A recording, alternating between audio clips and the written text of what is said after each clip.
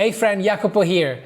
In this video I wanted to share what I believe is the most important steps that Alessia and I took when our membership was at $9 a month and it wasn't selling, even if we have 34,000 people subscribed to our YouTube channel.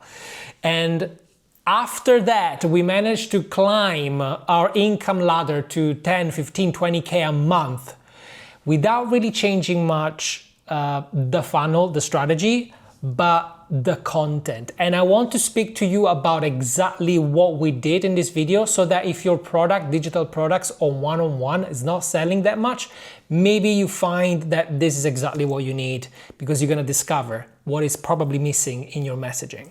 When we grew our YouTube channel, Lazy Dancer Tips, we didn't know anything about content. I mean, I was studying YouTube. Like I remember studying with videos from Roberto Blake, Tim Schmoyers, and all of the big YouTube gurus at the time. And I'm so thankful for those because without them, we probably wouldn't have grown the channel that big. Now our channel is at 235,000 subscribers. So I guess those tips really worked. But the moment in time in which I want to talk to you about was when in 2017 we wanted to launch our first membership. We had about 34,000 subscribers on the channel, which is a substantial audience if you want to start selling stuff online. We were growing like crazy, we had thousands of subscribers a month, so the channel was healthy, was doing great. But when we mentioned our membership, we invited people to sign up for the membership, we didn't have the result we expected. We only had a handful of people signing up, which were like the super core fans that would have bought anything from us anyway. But we didn't have that flock of people, that flood of people that we expected after having thousands of views on each single video. And we didn't really understand why. Well, thankfully now I've got some perspective. We have some perspectives to sort of look back and see what we changed when we managed to grow our business to multiple six-figure a year. And selling over $1 million in digital products. So we definitely cracked the code there, but we didn't understand what was the thing until recently because we worked on so many things, right? And there's never one thing. But the main thing we did on content was realizing what we were missing before and what we did after. Alessia was insanely good at connecting with her audience. She created videos that she would have loved if she could go back in time and have YouTube.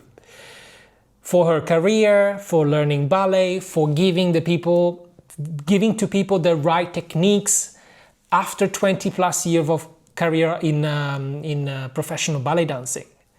So she did that channel for her, right? Without really thinking about the strategy, which is great. That's how she managed to be genuine and authentic and useful to people. But since it's YouTube, it's long form.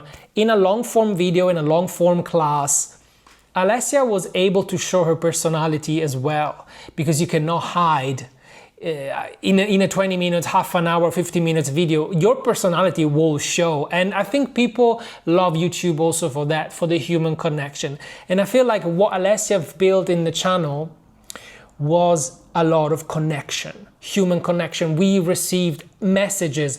I love this class. You're an angel. You're a goddess. Thank you so much. You're the best. A lot of comments. That's why we thought, okay, as soon as we drop an offer, they're going to jump on it. No questions asked. But that wasn't the case when we did. And now with some perspective, I feel I know exactly why that didn't happen. The very first reason lies on the offer that we have, and the second reason lies on the content that we produced. So let's start from our offer first.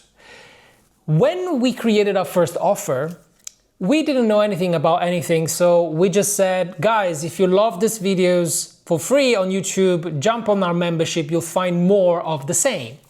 And as you can see, it's not a great offer. If you already have something for free, you wouldn't want to want more. You wouldn't want to want more under a paywall. Like, why would you pay for something that you already have? So we didn't really understand what an offer was. And it's not just that. Because we didn't understand it, Alessia was struggling to sell it, because why would you want to sell something that they already have? There was a disconnect from the outcome that Alessia could provide in the paid container. It was a disconnect that we fixed by changing the here's more of what you love into here's the product that will make you achieve a specific outcome.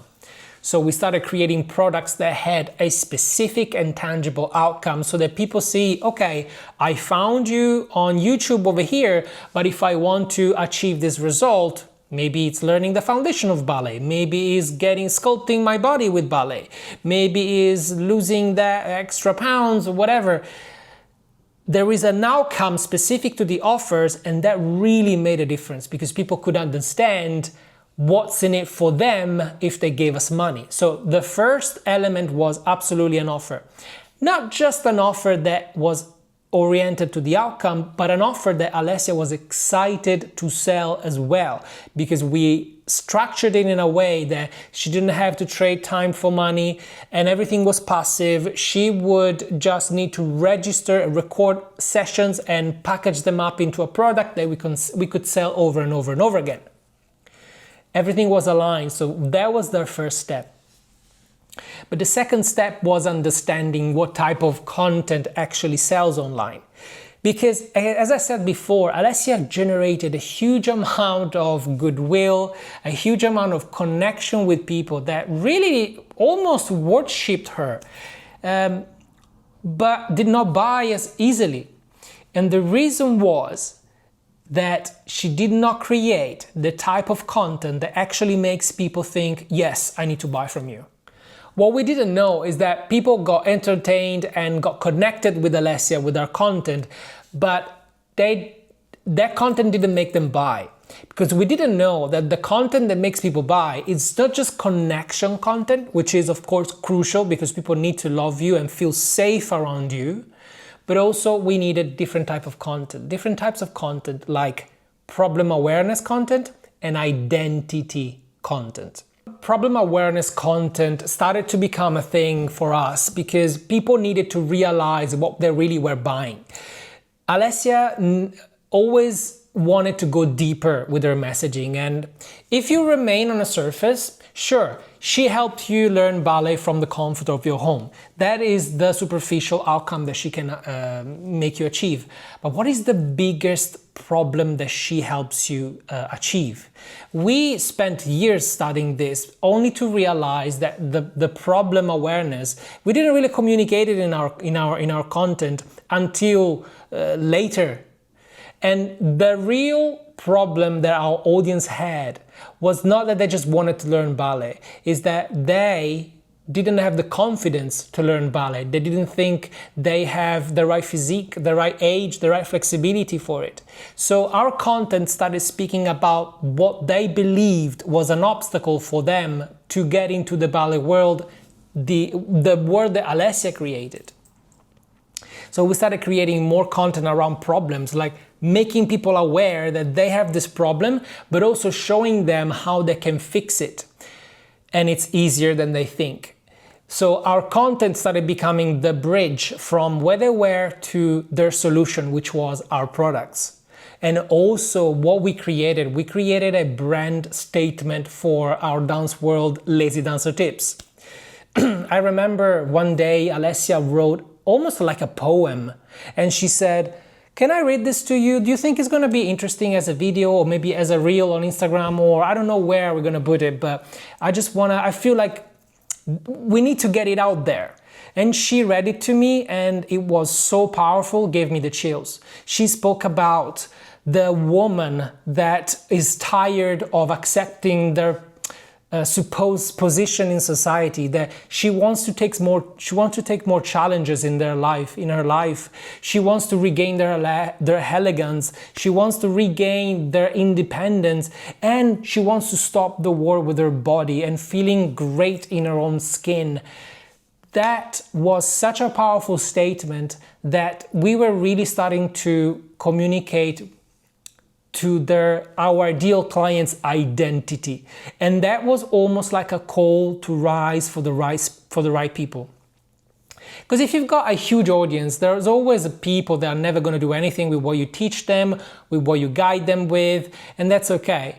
But you want to be able to activate the right people to show them this is the time for you to make a move. It's the time for you to invest in yourself. It's the time for you not to just watch a video on YouTube, but to actually commit to your full-on transformation.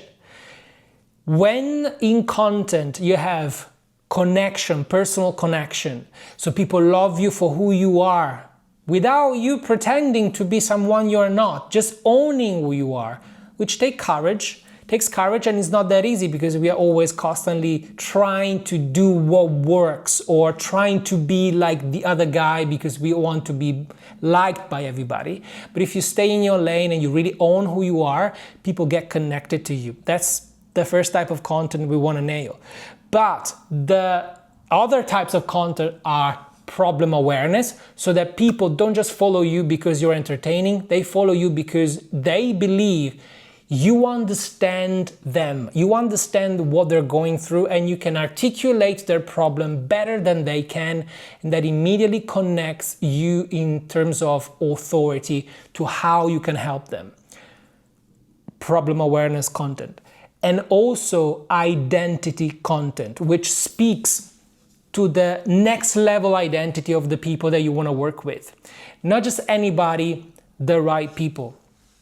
Alessia constantly says that the women that come into my world, they are the first fierce one. They are the one that are tired of getting told what to do by society, and they want to take a challenge for themselves. This speaks to an identity of people that when they hear it, they feel like, I am one of those. You are one of my people. I need to be in your world because you represent something. You are calling me to rise to the person that I want to become. And if you mix the fact that you have an offer that is aligned with your lifestyle, you're excited to sell it, and the right messaging that creates connection, raise awareness around the problems of your audience, and speaks to the identity of your dream clients and activate them to move, that is the secret recipe. Messaging and offers is the thing that I'm obsessing over, because I personally believe if any one of us that really are building a personal brand that want to help people online or in person, doesn't matter, if we all were able to articulate the value of our offers and connect with the right people, inviting them to move, inviting them to invest in themselves to fix their problems, this would be a better world and marketing would become much, much healthier. For this reason, Alessia and I are running something that I called Pre-Sold Messaging Lab. It's a program that we're going to be doing together starting from the 16th of February. And if you want to nail down your message, understand what your brand you want to be known for, how you can help people, and how to articulate your values, not just of your offer, but also the content that's going to pre-sell your offer just by being yourself, but with strategy, that's perfectly the place for you. And I want to invite you to be part of it, because it's going to be a complete game changer for you, like it was been for us.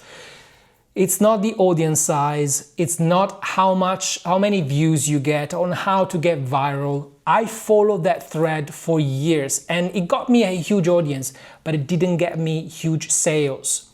What gets you sales, what gets you to transform lives is your aligned offer and your messaging. Nail that and you'll start waking up to sales notifications on your phone every single day. If you want to know all of the details, there is a link in the description box below. I'll see you inside Messaging Lab.